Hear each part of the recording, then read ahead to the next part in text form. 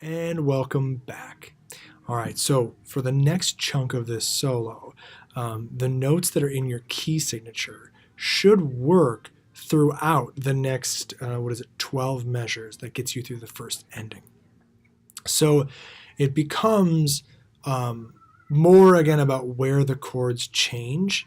I understand that you may take some time to figure out where those chords change. It took me a long time to figure that stuff out. So you might rely more on just staying diatonic, which means within the notes that are in the key signature. But if you can push yourself to try to match where some of these chords change, you're going to be able to have kind of a more interesting story to tell, and you're not going to get lost as easily. That's one of the things that always freaks me out when I improvise is I get lost. When I focus more on the chord changes, it helps to kind of keep me in line.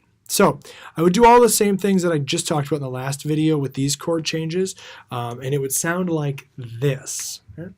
Oops, metronome. Always a metronome. 1, 2, 1, 8, 8.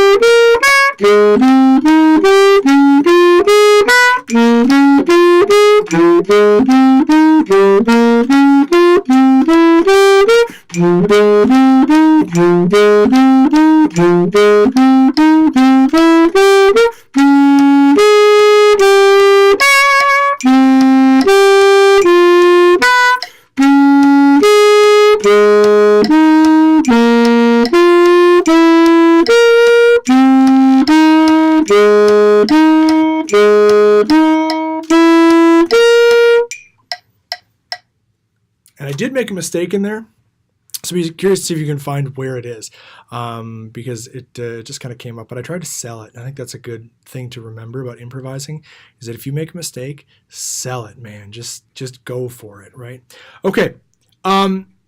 It didn't hit me until I went through and played this for you that last time with the half notes, where I'm going 3 7 3 7. That you could even just use that at the beginning of this chunk, starting at 89, and you have like melodic material that works. So this idea of like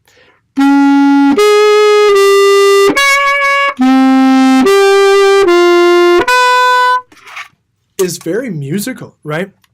So that might even be something for you where you can cheat a little bit, and when you get to 89, you might just do those half notes and then build on it from there. So it might sound something like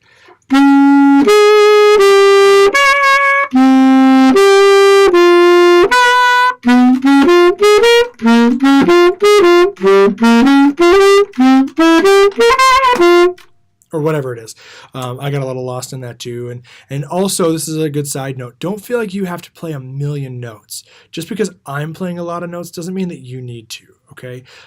You can add space in there. I need to play with more rests. I just don't do that enough. But you can also play longer notes, sustained notes, whole notes, half notes, that kind of stuff.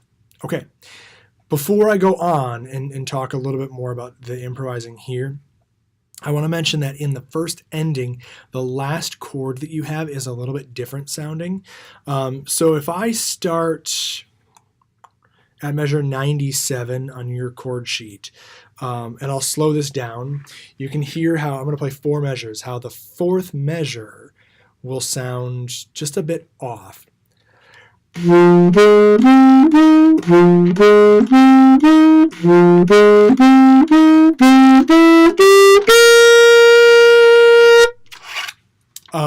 What that's doing is it's creating musical tension to send you back into the solo, to repeat back and do another chorus. And so you might even just take those 4 notes when you get there, right? So if I'm improvising, I got to see where this repeats back to. Okay. So if I'm improvising right there, it might sound something like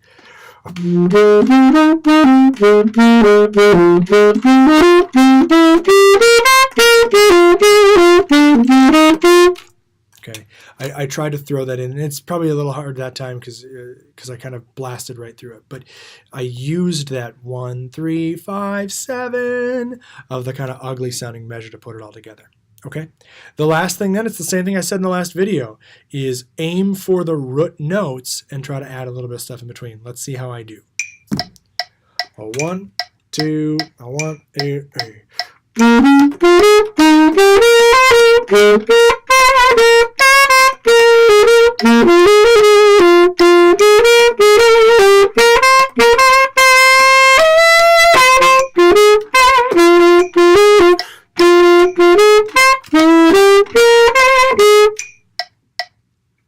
It works.